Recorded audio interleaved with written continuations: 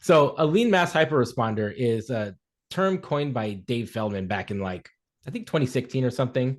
Um, he came up with it and he put it out on his cholesterol code blog after he noticed in his own lipids where his HDL was higher, his triglycerides were lower, and his LDL went way up when he adopted a low carb ketogenic diet. This has been experienced by a number of people. And when your triglycerides are low and your HDL is high, it generally means you have good insulin sensitivity. You don't have any metabolic dysfunction. And those are actually part of the metabolic syndrome criteria, whereas LDL is not. LDL is seen as, by the conventional medical community, as a huge risk factor for heart disease. Like the higher your LDL is, the more chance you're going to have heart disease. And many studies have shown this. The contention in the low carb community is that LDL, if it is coupled with good metabolic health, is not associated with heart disease. That's what people are speculating. So the KETO-CTA study was designed to look at that association. So it took a bunch of people who have this LMHR lipid profile and have been on a ketogenic diet, and it looks at them and associates their plaque growth with that high LDL. What they found in the study was that the LDL level at those high levels did not associate with the level of plaque growth. What did associate with it was an initial level of plaque accumulation on the first initial scans of the study. So as a result, there's been a lot of pouncing. Like when we saw the non-calcified plaque volume go up, everybody in the LMHR community was like, holy crap, what's going on here? Our plaque levels are basically, what we'd expect at baseline. But at the end of the study, the non-calcified plaque went way through the roof.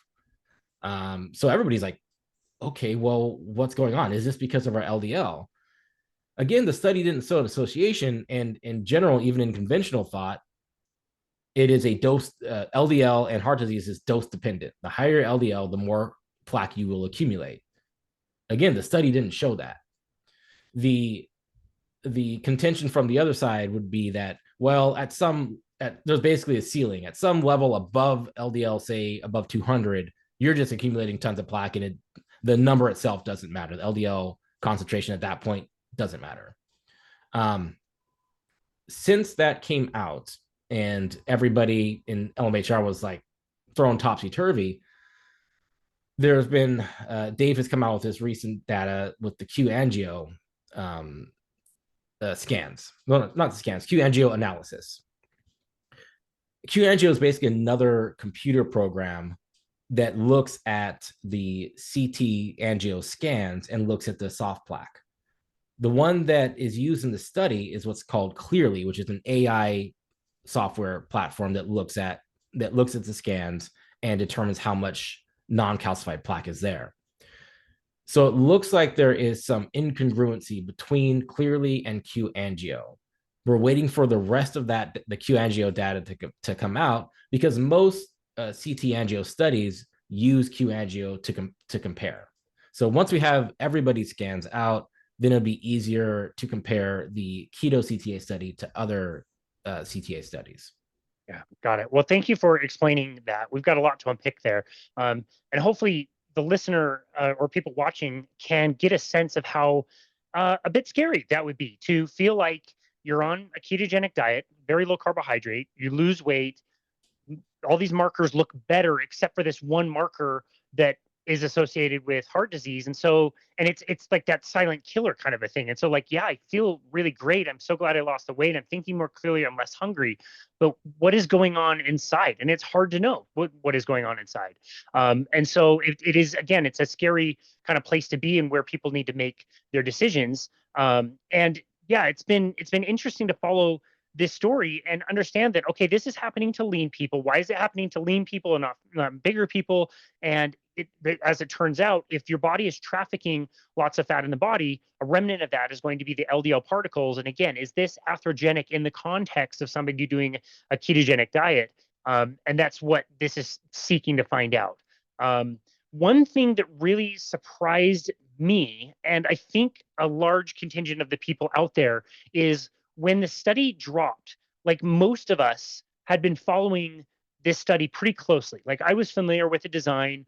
I was there at Low Carb Denver when he presented the preliminary data back in 2023. I was very aware of the semi-quantitative methods that Dr. Budoff and his team were using that was presented as, checking 15 different sites, scoring a 0 to 3 to give you a number between 0 and 45 with risk. That was what was presented in the movie that we saw.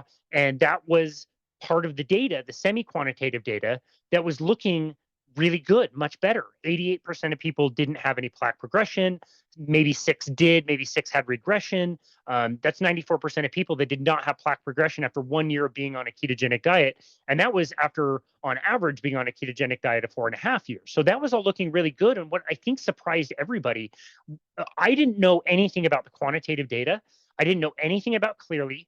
I didn't know anything about AI-powered scoring in this stuff. And you look at the graph, and the graph is showing the quantitative data, not the semi-quantitative data, and they're almost all of the lines from left to right are going up. And you're like, well, what we saw in the documentary, everybody was going down or staying low, maintained. Like, did that catch you off surprise as well, or did I just miss that? Well, it definitely caught me off surprise, by surprise. I was like, okay, well, and I made this point to Dave too. It seemed like when the paper was downplaying the amount of progression, and that is a very I told you that's a pretty legitimate criticism of this paper. Like, if all these lines are going up, why are we saying that it's, well, why there's this big headline of, oh, LDL doesn't associate with plaque progression, but we're like, well, why are all the lines still going up? And the question since then is basically, does the quantitative data actually matter? Is it just a computer thing? Are we just looking at numbers, and what we're seeing is, artifact that doesn't really cause symptomatic disease or MACE or anything like that? We do have studies that show, at least from Clearly, that show that non-classified plaque volume does increase risk of MACE. So this is something that people do need to look at, right? And I think we all expected some people would progress, some people would stay the same, some people might have a little bit of regression. In general, for the vast majority of people, heart disease is progressive.